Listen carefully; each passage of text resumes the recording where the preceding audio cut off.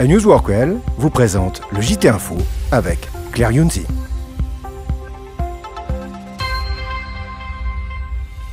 Bonjour à tous et bienvenue dans votre Flash Info d'News Workwell. À la une de l'actualité, est-ce que le télétravail rend heureux ? Une nouvelle étude dévoilée par l'International Workplace Group et relayée par The Guardian confirme l'impact positif du télétravail sur le bien-être et la productivité des salariés.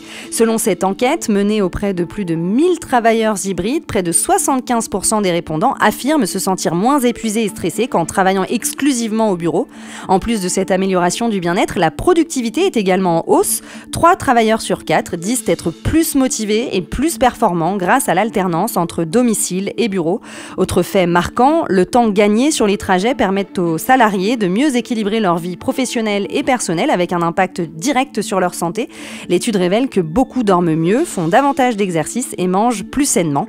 Mark Dixon, PDG de l'IWG, leader mondial du secteur des espaces de travail flexibles, souligne que la réduction du temps passé dans les transports améliore la qualité de vie des employés en réduisant les émissions de carbone liées au déplacement. Alors que les entreprises réfléchissent à de nouvelles façons d'organiser le travail, ce modèle hybride semble répondre aux attentes d'une majorité de salariés qui ne souhaitent plus revenir à un rythme de bureau à temps plein. Des résultats qui confirment que le télétravail, déjà adopté par de nombreuses entreprises, pourrait bien devenir la norme dans les années à venir. Mais alors pourquoi il semblerait que certaines grandes entreprises prennent un virage à 180 degrés ? Des géants comme Amazon commencent à restreindre, voire interdire cette pratique du télétravail. À partir du 2 janvier 2025, les 300 000 employés des services administratifs du géant du e-commerce, qui pouvaient jusqu'alors télétravailler 2 jours par semaine, contre 3 avant 2023, ne le pourront plus du tout.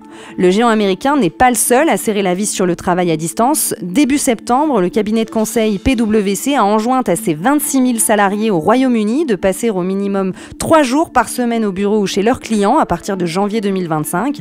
3 jours par semaine au bureau, c'est aussi ce qu'a imposé Ubisoft, l'entreprise de jeux vidéo, à ses 18 000 salariés. Mardi 17 septembre. En France, la pratique du travail à distance est moins ancienne et c'est surtout formalisé à la suite de la pandémie de Covid-19 avec des chartes ou des accords d'entreprise. Selon l'Institut national de la statistique et des études économiques, 18,8% des salariés français ont télétravaillé au moins 1 jour par semaine en 2023. 2 jours par semaine est le rythme le plus fréquent. Loin des propositions extrêmes du full remote ou du retour au bureau, en France, la pratique du télétravail évolue plutôt vers la normalisation via des accords de télétravail et des règles d'entreprise.